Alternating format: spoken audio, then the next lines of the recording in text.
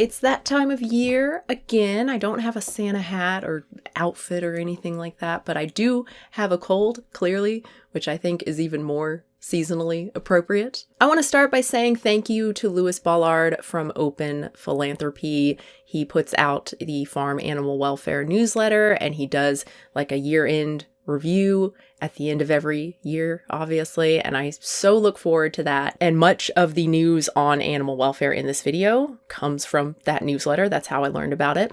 I also want to thank VegNews. They report on virtually every new vegan item, vegan restaurants, all that sort of stuff, even clean meat. It's just such a mood boost looking through all the stuff for the year. For this video, I literally like go through all of their news. It's really great. So yeah, a lot of the food related stuff, I guess, comes from VegNews. So yeah, thank you so much. One more thing, Esther the Wonder Pig, she died this year, and you know, she just had such a huge impact. I mean, her, but really her dads, right? They're the ones who were so genuine about their story, encouraging people to see other animals as important and valuable just by, you know, presenting this pig and showing her as she was. And we love the book. I think there's 2 or 3, but the one we have, we love. We've read it dozens of times.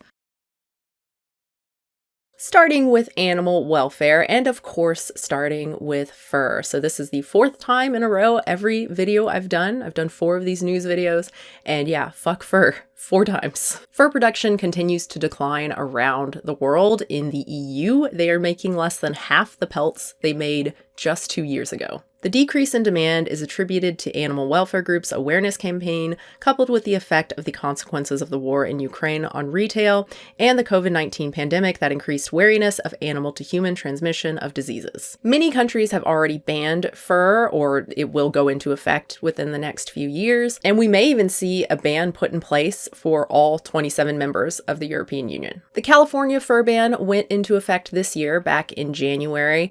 The New York Times pretty much says like, okay, who cares? No one was wearing fur anyway. London Fashion Week, fur actually banned from the event. What do you call it? Event? But again, like, who cares? Companies were already not using fur anymore. But this is usually how it goes, right? Like, the government doesn't ban some form of cruelty, and then the populace, we go like, oh shit, you're right. Fur is bad. It's advocacy groups who say, hey, like, fur is bad, it's cruel, and then the populace agrees with them, or fur just isn't fashionable anymore. Sales decline, and then the government says, oh, yeah, fur is bad. I mean, really, if fur were still a booming industry, we would not see these bans. Point is, it's the people, it's the organizations who have advocated for animals for decades now. They're why fur is dying. We're seeing a similar story play out with cosmetic animal testing. It's becoming really unpopular with the public, thanks to groups like PETA, Humane Society International. Some companies too, like Lush and The Body Shop, they have made it part of their marketing, their like company ethos for years, being cruelty-free. As a result, testing is on the decline, and we now have 44 countries and 10 US states that have banned testing on animals for cosmetics, including Canada. Companies will no longer be allowed to test cosmetic products on animals or sell their cosmetics that rely on animal testing data to establish safety. They're also working to develop and implement alternatives to animal testing. It's pretty vague, but cool. More and more universities and possibly nations in the future are banning the forced swim test. If you haven't heard of that, you can probably guess what it entails just by the name. It's a horribly cruel experiment done on rats and mice to assess antidepressants.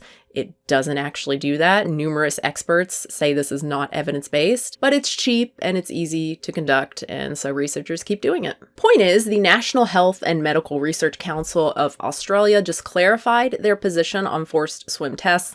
Originally, it was not clear exactly what they meant. They basically said that the test was cruel and was not evidence-based, but they didn't outright ban it. Now they are outright banning it. They say any NHMRC-funded projects must not use the test for depression or anxiety. Those involved with NHMRC-funded research must implement the recommendations in this statement from the date of its publication. To be clear, this is not a national ban. Non-government funded research can still use this test.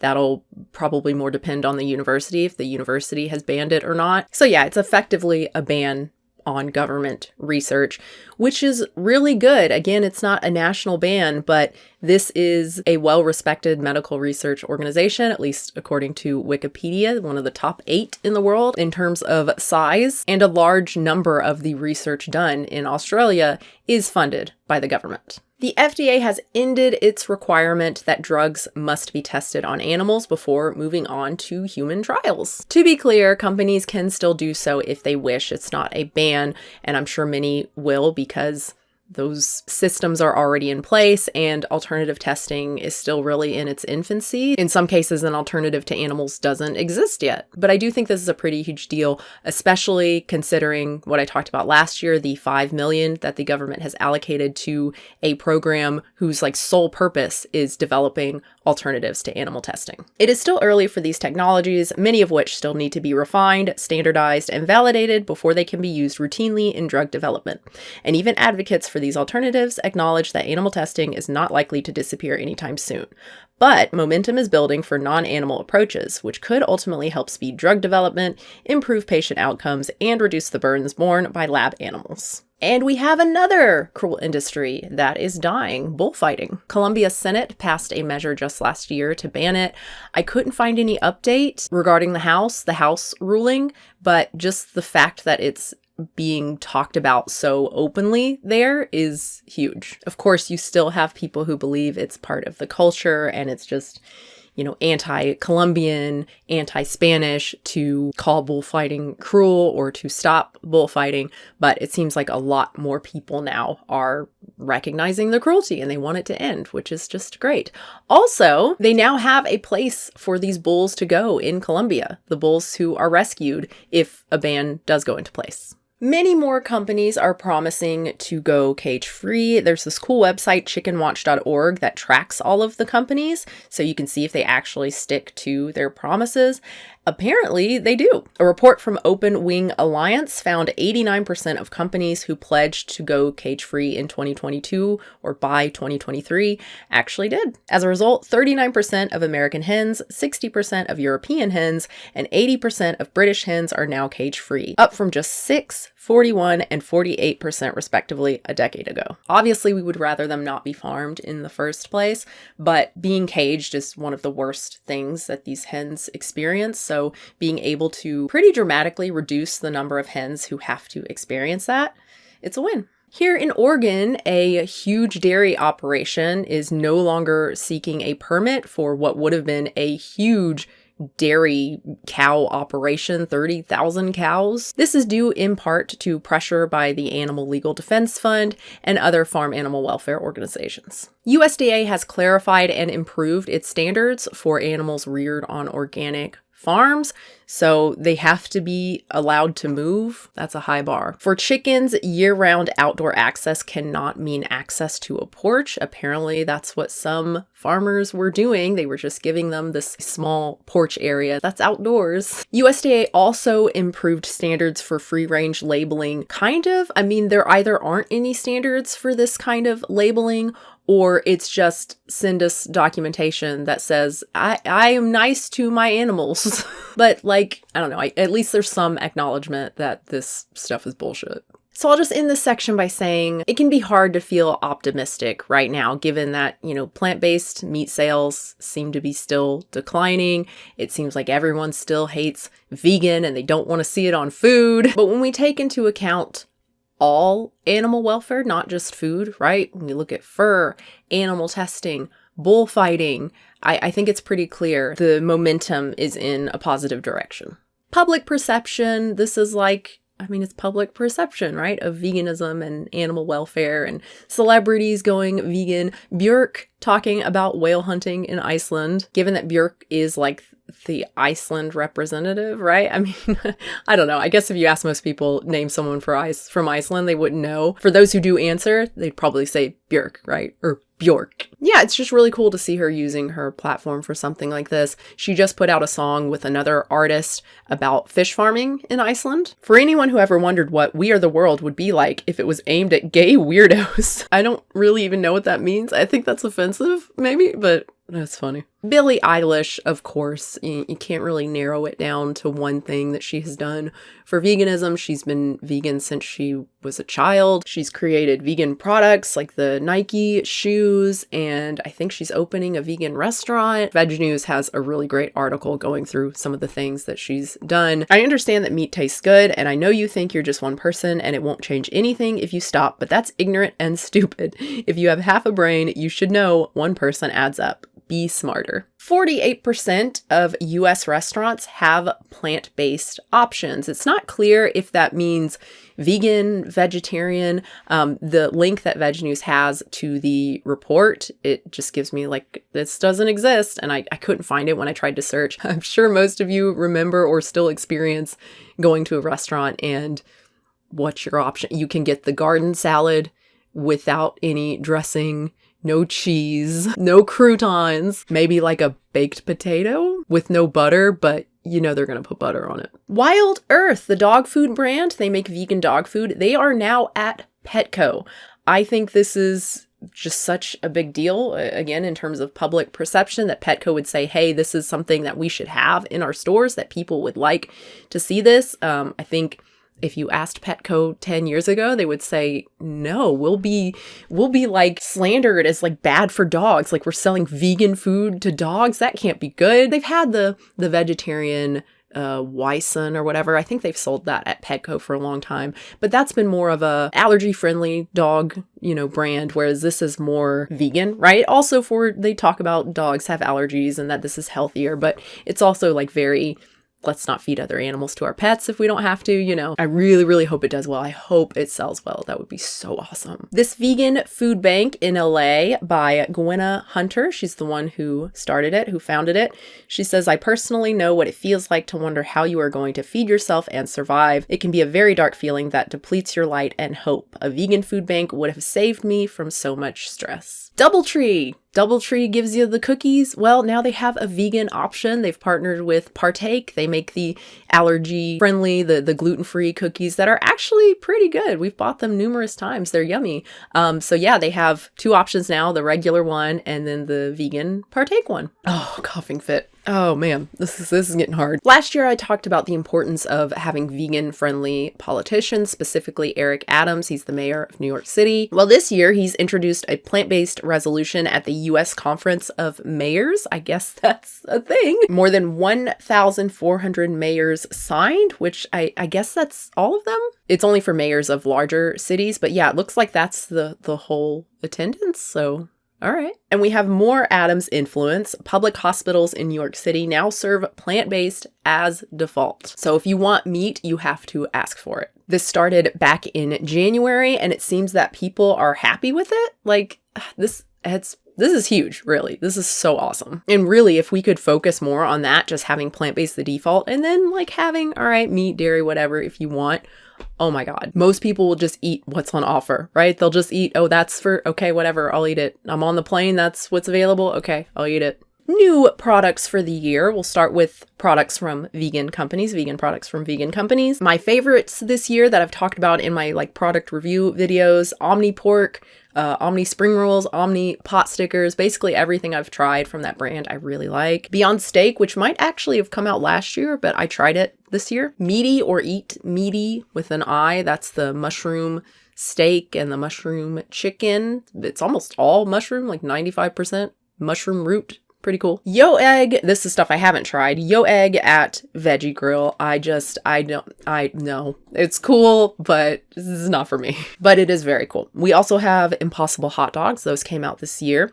Potato milk. I feel like I've talked about potato milk in the past, or maybe like potato milk happening, but I never did it happen. And now it's like, oh, potato milk again, but where? I want to try some weird ass potato milk, Whole cuts. We're seeing a lot more companies focusing on whole cuts of vegan meat, which is probably a good idea. I talked about, I think in my plant-based meat sales declining video, the possibility people just don't want to eat burgers and nuggets all the time, right? We need more like standard things that you use in recipes. I think Lewis Bollard actually made that argument, but yeah, really cool. We have some salmon from Oshi. We have this, this looks incredible. This is from Umami, like umami, I guess. Yeah, that that kind of looks like meat, right? That's pretty crazy. Finally, vegan casein. We have so many companies working on this new culture I've talked about before, but a bunch of others I've never heard about. That right there would make such a difference in terms of vegan cheese, right? Helping with that like stretch melty factor. Now we have the non-vegan companies adding vegan options. Simple Truth fruit snacks. Of course, I have to say something about fruit snacks. They're so yummy. Oh my God, the Trader Joe's squiggly knife cut squiggly noodles, whatever they're called, delicious. The Blue Bunny ice cream I just tried recently, really awesome. Non-dairy cones and ice cream sandwiches. Hershey's bar and the Reese's cup, of course, super exciting. And my favorite, the Ritter Sport, so yummy. Best chocolate. Stuff I haven't tried, Taco Bell nacho fries. I only tried once. They were totally out of the cheese sauce. The guy said they sent like one box to the location and that was it. And they sold out like immediately. So yeah. Vegan sushi at Whole Foods. That's fun. IKEA has a new vegan hot dog. Doesn't taste like vegetables, apparently. Subway Mexico has their first vegan sandwich. Disney, this food and wine fest, has a bunch of vegan options. Disney has been steadily increasing the vegan options they have for a few years now. It's pretty awesome. But the wine thing, I don't know. It's just so weird that you can drink at Disney. That's the thing people love about Epcot, right? Isn't Epcot where they have like the Italian section, the French section or whatever, and there's like tons of beer and wine and shit. 7-Eleven, so many things from 7-Eleven. We have Oatly, we have a vegan breakfast sandwich, we have Krispy Kreme in Australia, 2 vegan Krispy Kreme donuts. Government investment, again, so many places. We have Catalonia, Germany, the UK, Israel, Japan. The Prime Minister says the country will move forward with a plan to develop an industry of cell agriculture, bringing a focus to cultivated meat and fish as a means to reduce the country's carbon footprint. The big news for clean meat this year, the US approved sale of clean meat for Upside Foods, I talked about them last year, and for Good Meat, which is Just Egg. It's the Josh Tetrick guy. We're not going to see it in stores anytime soon, probably. I'm sure it's still very, very expensive, but they're just putting it in like a few like fancy restaurants, I think, for now. You got to start somewhere, right? Something weird. Algae ice cream. Cultivated through fermentation, the ingredient has a clean taste rather than a seaweed-like flavor because it is produced in dark fermentation tanks that reduce the production of chlorophyll, making it the perfect nutritious base for ice cream. Sure, Jan. I'm being silly, maybe that's right, but like, no, I don't want it ever. I'm basically most people when it comes to clean meat, like, ew, seems weird.